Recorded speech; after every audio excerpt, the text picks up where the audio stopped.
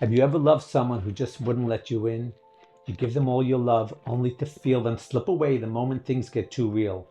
One day they're warm and affectionate, and the next they're distant or gone. It's heartbreaking. And if you're going through this right now, I want you to know you're not alone. In fact, about 1 in 4 people has what's known as avoidant attachment style. That means there are many others who, like your partner, struggle with intimacy. Loving an avoidant partner can feel like an emotional roller coaster, wild highs and painful lows that leave you reeling. You might be replaying everything in your head, wondering, was it me? Did I do something wrong? Meanwhile, they've shut down and act like the relationship meant nothing. The contrast is devastating, but it's not your fault. Stay with me, because we're going to unpack why this happens and how you can find your way out of the pain. We'll go through how to spot the avoidant behaviors, how to cope with the emotional fallout, and finally, how to let go so you can stop hurting. You deserve peace and real love, and there is a way forward. How can you tell if you're dealing with an avoidant partner? The signs are often there, even if we don't want to see them. Avoidant partners usually follow a painful pattern. They send mixed signals. One moment they're all in, and the next they're pulling back as soon as things get serious. One week they're talking about future plans with you, the next week they're too busy to text. They shy away from defining the relationship or talking about feelings. Bring up the future and suddenly they need space. You end up confused and overthinking, chasing clarity that never comes. Often, avoidant partners have a deep need for independence. They fear that too much intimacy will make them lose their freedom. So even though they might care about you, getting too close feels dangerous to them. They create distance using the smallest excuses. Maybe they never say I love you, or they suddenly start criticizing little things about you as an excuse to pull away. The trivial complaints are just a defense mechanism. It's not really about those flaws. It's about them protecting themselves by keeping distance. Avoidant people often do want love, but when it starts to feel real, their panic button goes off. They struggle with vulnerability and sharing their feelings. So they put up walls while pushing you away when things get too close. Here's something crucial to remember. Their behavior is not a reflection of your worth. Your partner's inability to handle intimacy existed long before you ever came into their life. You could be an amazing partner and they might still shut down once things get too serious. Their avoidance is their issue, rooted in their own fear and past experiences, not your fault. Understanding this can be a turning point. It doesn't excuse the pain you've been through, but it can help you stop blaming yourself. If you're finding this is hitting home so far, please take a second to give this video a thumbs up and consider subscribing.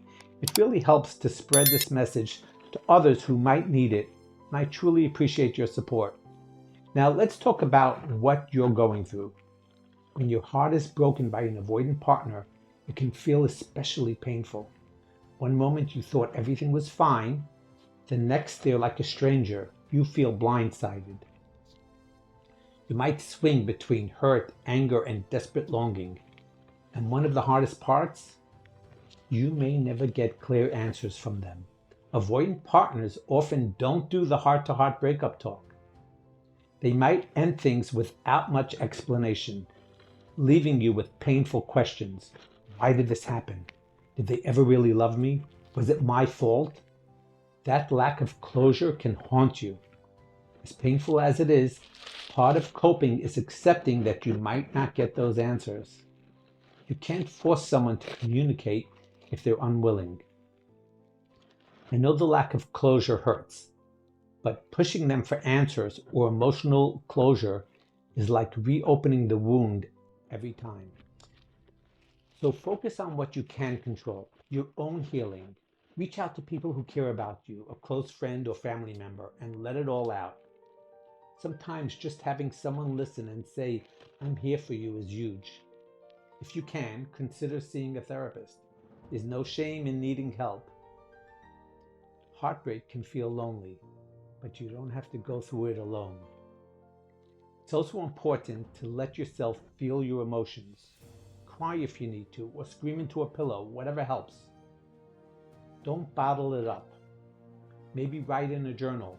Getting your thoughts down can be therapeutic. Some people find creative outlets or exercise helpful. The point is to express, not suppress your pain. Through it all, be kind to yourself. Heartbreak often comes with that nasty inner voice telling you it was all your fault. Don't listen to it. You did the best you could. Treat yourself with the same compassion you'd give a good friend who is hurting. You deserve that kindness, especially now. Also, take care of your body. It's hard when you're feeling down, but try to sleep, eat, and get a little exercise when you can. Even a short walk or a good meal is a victory. Heartbreak isn't just emotional, it's physical too. So things like movement, rest, and good food help your brain start to recover. Another crucial step, set some boundaries to protect yourself. If you're tempted to check their social media or text them, it might be a time to implement a no contact rule. It's tough when you miss them, but not seeing their updates gives your heart a chance to heal.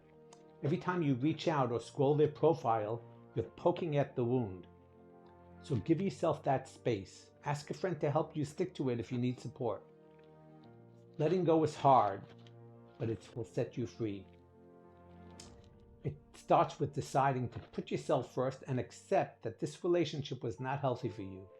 You have to stop idealizing the what if and recognize that holding on is only keeping you in pain. Start rebuilding your life with you at the center. For a long time, your world may have revolved around that person. Now it's time for your world to revolve around you.